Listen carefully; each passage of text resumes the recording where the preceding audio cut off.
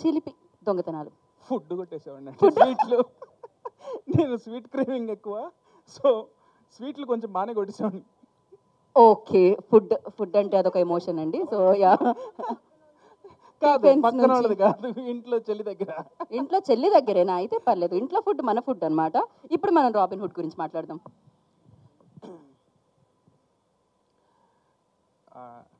ముందుగా ఇక్కడికి వచ్చిన వాళ్ళందరికీ థ్యాంక్ యూ సో మచ్ అండి.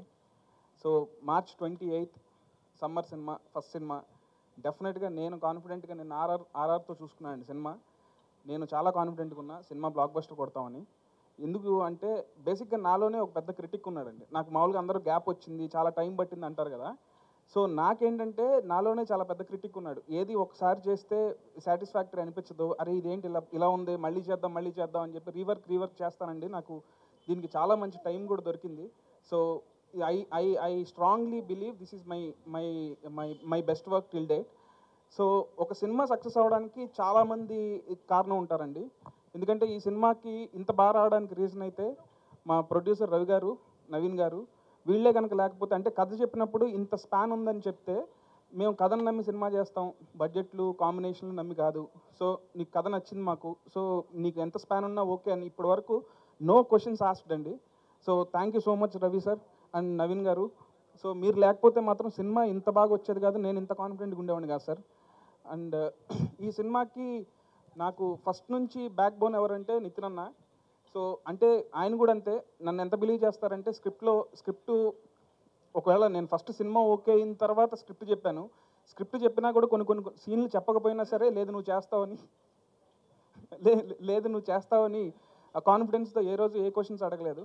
అండ్ నాకు లాస్ట్ మినిట్లో ఒక ఈ సినిమాలో హీరోయిన్ చేంజ్ అయిన సిచ్యువేషన్ వచ్చినప్పుడు కూడా నేను లీలాని అప్రోచ్ అవ్వగానే తన విని అసలు బ్లైండ్గా ఈ సినిమా చేస్తున్న వెంకి, డెఫినెట్గా నాకు ఈ సినిమా కథ నచ్చింది and I love your direction అని చెప్పి సినిమా ఓకే చేసినందుకు Leela thank you so much Leela.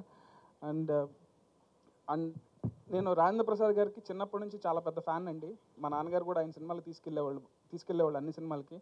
Sir ఈ సినిమా మాత్రం మిమ్మల్ని ఊహించుకొని రాశాను sir. Jon Snow character Janardhan Sunnipenta నుంచి ఆయన ఏజెంట్ జాన్ స్నోగా మారి ఈయన ఎంత ఫన్ చేస్తారనేది సినిమాలో మీరు అందరూ చూడాలండి. అండ్ ఒకటి మాత్రం కాన్ఫిడెంట్గా చెప్తున్నాను అండి, ఈ సినిమా సక్సెస్ అయితే నా టీమ్ ఆఫ్ టెక్నీషియన్స్, నా టీమ్ ఆఫ్ ఆర్టిస్టులు అందరూ పార్ట్ అండి. సినిమా ఏదైనా తేడా జరిగితే నేను ఒక్కడనే కాదు, మీరందరూ నన్ను వేసుకోవచ్చు. ఎందుకంటే నేను అంత కాన్ఫిడెంట్గా ఉన్నా సినిమా డెఫినెట్గా బ్లాక్ బస్టర్ కొడుతున్నాం అనే కాన్ఫిడెన్స్ ఉంది నాకు. సో సినిమా సక్సెస్కి నా వెనకాల ఉన్న వాళ్ళు, నా టీం డిఓపి శ్రీరామ్ గారు, నా ఎడిటర్ కోటి అండ్ నా music director GV Prakash and నా ఆర్ట్ డైరెక్టర్ రామ్ కుమార్ గారు, ఇలా నాతో పాటు ఉన్న మా ఏడీస్ అందరూ కూడా చాలా బాగా కష్టపడ్డారండి. Thank you so much. మీరు అందరూ March 28 చూడండి. ఈ సినిమాలో ఫన్ను ఉంటుంది, అట్లాగే మీరు సర్ప్రైజ్ అయ్యే ట్విస్టులు కూడా చాలా ఉన్నాయండి. అండ్ ఈ సినిమాని చెప్పగానే ఎగ్జైట్ అయ్యి క్యామియో రోల్ అయినా స్మాల్ క్యామియో రోల్ అయినా యాక్సెప్ట్ చేసిన డేవిడ్ వార్నర్ కూడా thank you so much. Because ఆయన కూడా త్వరలో వస్తారండి, మీరందరూ చూస్తారు, డెఫినెట్గా హై ఫీల్ అవుతారు. థ్యాంక్ యూ సో మచ్ అండి. పించుట అనమాట. So thank you so much. And ఇప్పుడు ఆ డబ్బులు పెట్టి బ్లాక్ బస్టర్ సినిమాలు ఇచ్చి ప్రేక్షకుల మనసు ట్రైలర్ కోసం we all are eagerly waiting అండి. ఏంటంటే దాని అనౌన్స్మెంట్ వీడియో ఏమన్నా మీరు క్యాప్చర్ చేస్తున్నారు అంటే ఒక అనౌన్స్మెంట్ ఏమన్నా ఎప్పుడు చెప్పండి డైరెక్టర్ గారికి ఇచ్చారు ఆ బాధ్యత, అందరూ కలిసి చెప్తున్నారు. చర్చలన్నీ బాగా జరిగినాయండి ట్రైలర్ గురించి. అదే చర్చలు వేదిక మీదే జరిగాయి డైరెక్ట్గా. ట్రైలర్ కమింగ్ సూన్ అండి.